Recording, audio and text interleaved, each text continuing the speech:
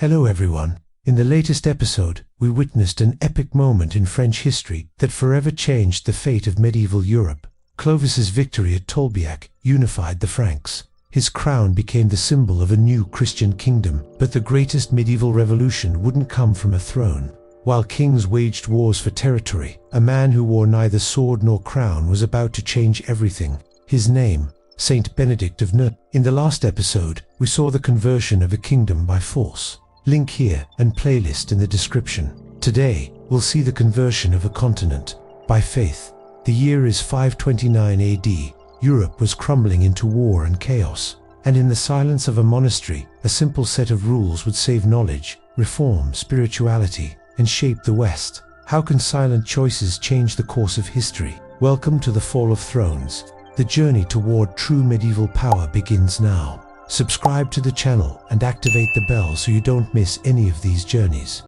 Act 1. The world in ruins. The destroyed villa Placidus. A young Roman nobleman in his 20s walks among smoldering rubble. His former home is in ruins. Ostrogothic soldiers carry treasures.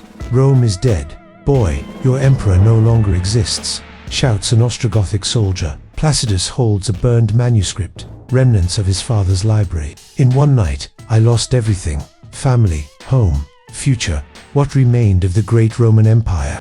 Ashes. The conquering king, Totila, 35, the charismatic and ruthless Ostrogothic king, studies maps of Italy with his generals. Justinian is sending more troops from Constantinople. He wants to expel us from Italy, a general informs.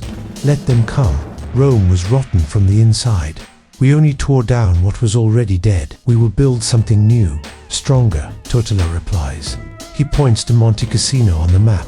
But there are pockets of resistance. They speak of a monk who has visions, the hermit who became founder. Saint Benedict of Nursia, 49, serene but determined, oversees monks building the monastery on the ruins of a pagan temple. Master Bento, why here? This place was dedicated to Apollo, asks a young monk. Exactly where idols were once worshipped, now the true God will be served. Light conquers darkness, Bento explains. He takes a stone from the old temple and places it in the new foundation. I fled the world when I was young. I lived as a hermit, but God showed me that escape is not the answer. We must build. Act 2. Three paths cross. The refuge Placidus, exhausted and hopeless, knocks on the monastery gate. Bento greets him personally. Father, I seek refuge. I have nothing else, Placidus implores. I can give you refuge, but if you seek only hiding, look elsewhere. Here we rebuild, Bento replies. Placidus hesitates, then enters. Ora et Labora, the rule in action. In the following weeks, Placidus learns to pray at set times. His hands tremble as he holds the breviary. He digs the earth, copies manuscripts, cooks. He complains, fails, and tries again. In the library, Benedict explains the rule. Neither excessive mortification nor laziness, prayer and work in balance. The monk must be useful to God and mankind, Benedict teaches. But why work? Wouldn't it be enough to pray? Placidus asks. Christ was a carpenter. Work dignifies, teaches humility, and feeds the hungry. The master replies. The threat approaches. Totila rides with his army toward the monastery. A spy informs him. Sir, they say this Benedict performs miracles. He foresees the future, the spy reports. Charlatanism, but if it influences the people, it can be useful or dangerous, ponders Totila. Act 3. The meeting of the destinies, the test. Totila arrives with pomp to test Benedict. He dresses a servant rigger in his royal robes and crown. Benedict watches the impostor approach and smiles gently. My son, take off the robes that are not yours. They burn those who do not deserve them, says Benedict calmly. Rigger, terrified, tears off the royal robes. Murmurs among the soldiers. Totila steps forward, impressed. How did you know? Asks the king. God reveals what is necessary to know, replies Benedict. The prophecy. He will enter Rome. He will cross the sea.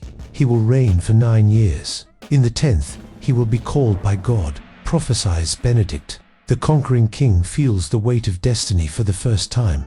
And then, what will be left of me? Whispers Totila. Kingdoms pass away. God's words endure. His people need just laws, not just victories. advises Benedict. Totila kneels, asking for a blessing. The gesture shocks his soldiers. Placidus's choice. Placidus is outraged to learn that Benedict blessed Totila. How could he? He destroyed my family, my world. Placidus protests. I blessed the man, not the conqueror. Revenge kills the soul. Son, our war is not with swords, explains Benedict. Then how do we fight? Asks Placidus. By example. Every manuscript copied is a victory over ignorance. Every orphan fed over cruelty. Each prayer over despair. The master teaches. Placidus finally understands. Tears of relief. Act 4. The eternal legacy. The complete rule. 10 years later, Benedict, now elderly, 59, finishes writing the Benedictine rule. Placidus, transformed into a mature monk, watches intently. 73 chapters. Everything I have learned about living with God and with men, says Benedict. Master, what if no one follows? Placidus worries. The right words find the right hearts. Always, Benedict responds, smiling. The fulfillment. Totila enters Rome triumphantly in 546 AD.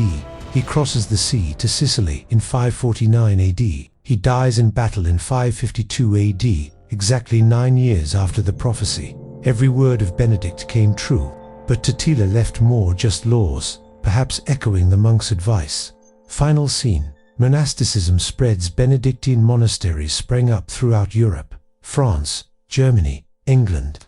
The rule of Saint Benedict spread like light in the darkness. More than 40 popes, 200 bishops, and thousands of saints followed his teachings. Placidus, now abbot, teaches new novices, ora et labora, pray and work. Thus we preserve the faith and rebuild the world. He teaches his disciples. While empires fell, Benedictine monasteries preserved classical literature, developed agriculture, and created schools and hospitals. The rule that Saint Benedict wrote on a small hill in Italy shaped 1,000 years of European civilization. Closing a next episode. After the fall of the Western Roman Empire, Europe fragmented. Barbarian kingdoms arose. Franks, Visigoths, Ostrogoths, and Lombards. Meanwhile, in the East, the Eastern Roman Empire held firm with centralized power, but not all was certain. A single event could change the fate of the empire and throw history into chaos. In the next episode of The Fall of Thrones, 532 AD, the revolt that nearly took over Byzantium. 3 perspectives, 3 destinies. Justinian I, the emperor besieged in the palace, fighting to keep his throne. Theodora, the empress who risks everything to save the empire. Hypatius, the rebel leader, crowned emperor for a day, defies the established order. It will be a clash of courage, cunning, and ambition that will define the future of Constantinople and the Byzantine Empire. If you want to follow the real history of the Middle Ages, without fiction or romanticization, subscribe to the channel. Tell us in the comments which of the 3 perspectives impressed you most in this episode. And remember, history isn't just about great men, it's about real people facing impossible choices. Subscribe, turn on notifications, and join us on this journey through the Middle Ages. Until next time, time travelers.